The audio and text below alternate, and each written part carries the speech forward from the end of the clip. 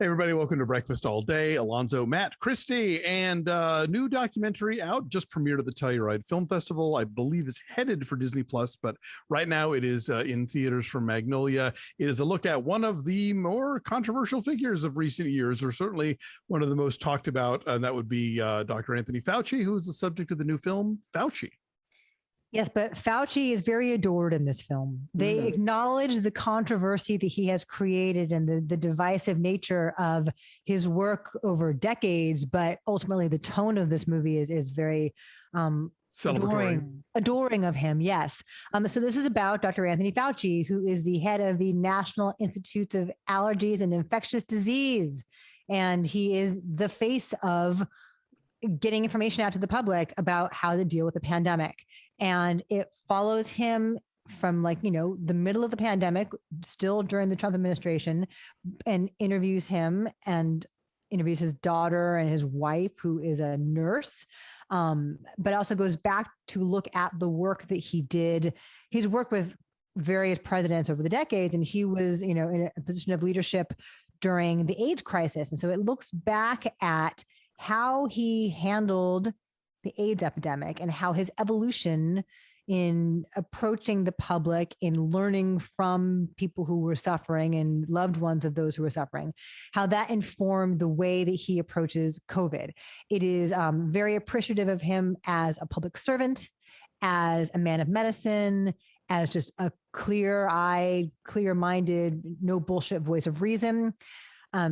It's a lot like the John Lewis documentary we saw recently, and the Michelle Obama documentary, and J Balvin and Billie Eilish, any number of movies where Tina Turner, where filmmakers have access to the subject, and the intimacy is interesting and the candor is entertaining, but this is not a warts and all depiction of Dr. Fauci. Even things that are even remotely negative, like we ate dinner super late every night, framed in the desire to keep the family together for one bit of stability on a nightly basis, which is having dinner. So he and his wife and their 3 daughters would eat super late because he's out trying to save the world. So even things like that are like the most negative we get. But he's hilarious. He's a raconteur. He's profane in all the best possible ways.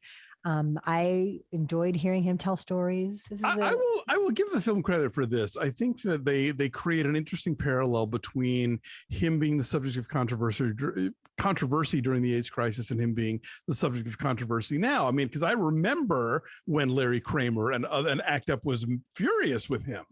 But they were furious about him because they felt like he wasn't doing enough. He wasn't doing it fast enough. And he was treating this as science and not about a thing that was actually like not killing human beings and killing them rapidly. And so the traditional norms of like how long it takes to test a drug to bring it to market and how long it takes to do these procedures, if you have 8 months to live, you don't want to hear that shit. You want something to happen now.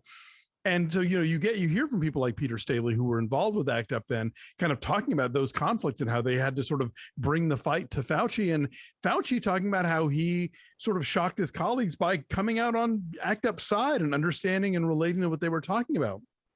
The difference between that and the people who are mad at him now is the people who are mad at him now don't want him to do anything and don't want him to say the things that they don't want to hear and want him to violate science in favor of policy and in favor of making their guy look good. Whereas, and so I think bringing that up as part of the evolution is at least sort of an acknowledgement of like, what? I was operating in this very sort of like ivory tower sensibility and not really thinking about medicine as a thing that affects human beings, which it is and which it always has been. And so that at least, it's not necessarily like a negative thing, but it does sort of give him somewhere to evolve from, as opposed to like, RBG, she was great then and she's great now. We love her, Yeah. Where I think this documentary is far ahead of a lot of the ones you brought up, Christy, is specifically because they do get a lot of the activists to talk about why they were so mad at him. And if Fauci doesn't ever specifically come out and say, yeah, I fucked up, I was looking at this the wrong way, boy, he gets awful close to that. Like, Alonso, you almost quoted him verbatim when he says, like, I had to put myself in the mindset of people that had 8 months to live. And so I couldn't say to them, he says something along the lines of like, it doesn't do any good for me to say, oh yeah, we might have a vaccine in 18 months. In the 3 years, I think. 3 years, right? And that I found interesting. He also does, and you know, I think he gets a bit defensive this way because he and his wife both bring up like he was also seeing patients die every day, and it may not have been. It's different than it's absolutely different than somebody, you know, like the one person they talked to lost 20 friends in a year, right? That's Larry Kramer. Larry Kramer. But that still has to take some level of toll. And yes, sure, it does treat him with kid gloves. Absolutely. But I do like that it acknowledged that he came around on it and gave these folks, you know, gave a lot of the activists space to talk about that because they were, and you get to hear how angry they were with him.